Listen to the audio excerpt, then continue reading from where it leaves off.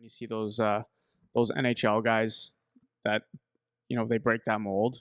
They learn that you say like they learn how to win. Yep. You know what I mean? Where we were talking about this yesterday is like the guys, a lot of guys that come in as like those top skill players, they still have to learn how to win is what people say. They got to learn how to win. And I remember a few. I don't know if Ovechkin would really count. I still can't really tell with him. It goes that competitive. Is he a competitor or not in nature? I don't know if Washington was just really good or if he learned how to win necessarily. I didn't watch enough of it to have an opinion. By the way, another 50 goals, like I said yesterday. God. That's the quietest 50-goal season of all time. Everyone's talking about Matthews hitting 60. This guy got 50 again. Again. He's 107. This guy's going to pass Gretzky. Yeah. It's unbelievable. Yeah. Can't believe it. It's absolutely incredible. But I love when you see a guy like Steve Yzerman was my guy growing up, whereas he was one of those top-end talents, and then all of a sudden he's now blocking shots and more responsible defensively, and they talk about them learning how to win. And this is going to kind of be my segue into the topic. I think it's more you're learning how to win, but I want to talk about like learning how to lose. It's important that you learn how to lose, and you see that with a lot of those guys where they have a really good team, win the President's Trophy, lose first round. Go next year, they go second round of the playoffs, lose in the conference final, and you can see that with that same core, they slowly kind of figure it out. Tampa Bay is kind of the one that's on top right now, where that core kind of figured it out from a few years ago. You saw the same thing. They made it to the first round or won President's Trophy, got out, and then made it to the conference final, lost, and now they're a top dog where they kind of learn how to get to the top of that. But I wanted to talk about the learning how to lose thing today, because I think it's important. I don't really understand what people are talking about when they talk about losing. Something I remember people always saying to me was, you need to hate to lose. You need to hate to lose. The term is a lot of times you got to hate to lose more than you like to win. Yeah, that's another one that they would say. Yeah, those are words. Yeah. I don't know about that. And this is what I want to talk about with the hate to lose. You got to hate to lose. Like, what does that actually mean? So if you're going to say you need to hate to lose, what does that mean? So if you're one of those dads, or if you're one of those coaches, and you're somebody who's saying that to your team or you're saying that to your kid, because I remember this is something that we used to get smacked when I was playing AAA. We were so shit. Like, we were terrible. Up until I was about 14, we would lose. We'd go play London and lose 11-1. Yeah.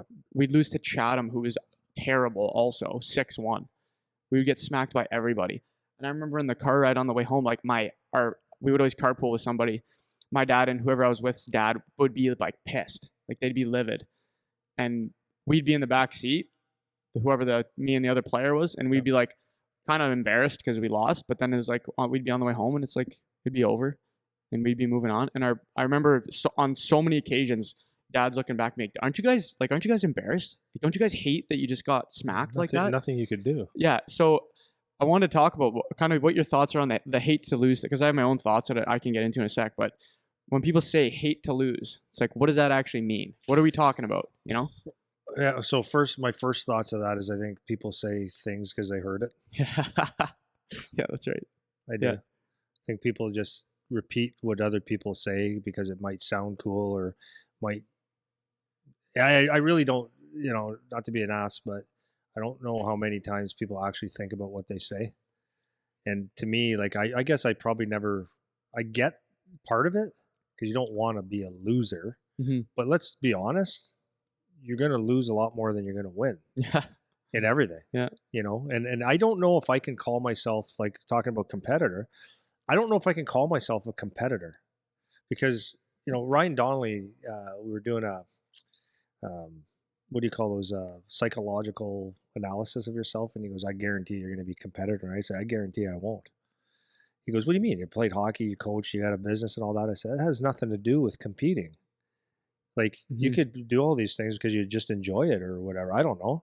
But anyways, I had a little bit of compete in me, but I was hated to lose. There's no way I'd be able to sleep because I lose every day. Every day, all the day. Yeah. Someone doesn't come back as a customer, that's losing. Someone starts another business like mine. It's like I don't snap. Right. I got to deal with it. And that's just kind of part of life. Now, I do like to win. Right. And it doesn't like drive me to no end. But so anyways, let's go on back. Hate to lose. I don't know what that means, to be honest with you. Hate to lose. Right. I mean,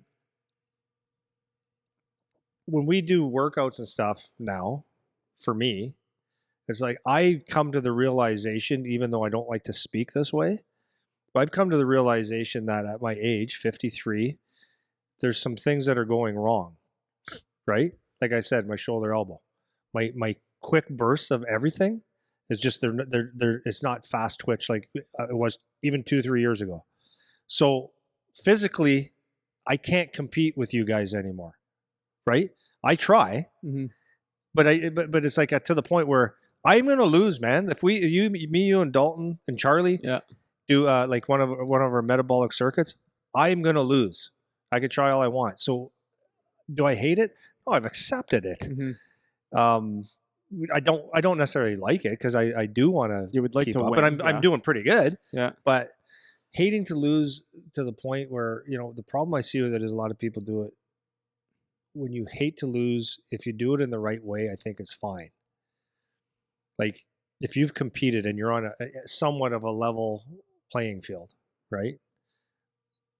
And you've competed as hard as you possibly can, and you've lost because someone was just better than you, or they whatever, they're better than you. You can hate losing in that way because you gave it everything you got. Like I understand, like I gave everything I got and I just wanted to come on the other end of it. That makes sense to me. But what I see a lot of the times is people are told that they should hate to lose, and they come out like with excuses, like, well, they're whiny little. Is exactly what I'm getting. Yeah, they're whiny. They're bitchy because they think they're supposed to. But if you actually gave everything you possibly can, there's nothing really that you can not like it, but yeah. And this is what I'm getting at, right? So because what I see when people say that is, like, what do you want me to do? Do you want me to be really mad? Like, do you want me to have a temper tantrum because we lost? Yeah. Like, what do you want me to do? What do you mean by hate to lose? What are you expecting me to do when you say hate to lose? So to me, it's so non-specific that it doesn't mean anything. Hate to lose. What does that mean? So if I come out and I'm so mad and don't talk the whole car ride home, is that like good? Is that I do a good job because I hated it so much that I didn't want to talk? No, that's not actually useful in any way. Yeah. You know, so it goes against mental toughness, to be honest with you. And this you're letting it just sit in your crawl the whole time. Right. And this is what I'm saying. So am I supposed to show that it's eating away at me? Like I just can't take it? And I don't think that's useful. I don't think that's helpful. And I don't think it's a good way to frame it. And I don't think it's a good way to teach kids about what losing is. Or anyone, not just kids, even for yourself. So that's kind of what I'm starting to get at. If you're a coach or you're a dad and you're saying that to your kid, it doesn't mean anything. And it's important that they learn how to lose. And they learn why losing is valuable and why it's important to be able to lose. Let me ask you a question then. Is it better to just, because the other side of not losing ever is playing on a team that always will win? Well, this is exactly what my next point is going to be, right? So if you're playing, I was literally just about to say this. Oh, way to go. Well, nice brain. Hey, freaking on track. Yeah. So we talk about the super teams all the time, okay? So here's an example of what I think about hate to lose. This is exactly what I think of when I'm thinking about who hates losing. So you take the super team of 13-year-olds that they've won every game, and then they lose in the finals of whatever the tournament is. They're down 3-1 with 5 minutes left in the third. Kids start hacking kids. Kids start yelling at each other on the bench. After the game, they're yelling excuses, like you said. The coach comes in and reams them out because they lost a game. That's what comes to mind for me when I think about hate to lose. So if you're the kid that always wins, or you always get it your way, or whatever, is that better than losing sometimes? And I don't think so, because like to your point, you're gonna lose.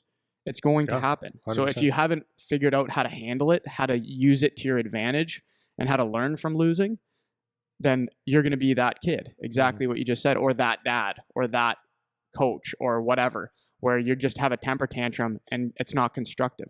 Now, that doesn't mean you can't be disappointed that you lost, or you can't be upset that you lost, or you can't even be a little bit angry that you lost. But as long as you're able to deal with it in a way that's constructive and useful for yourself, you know? Yeah.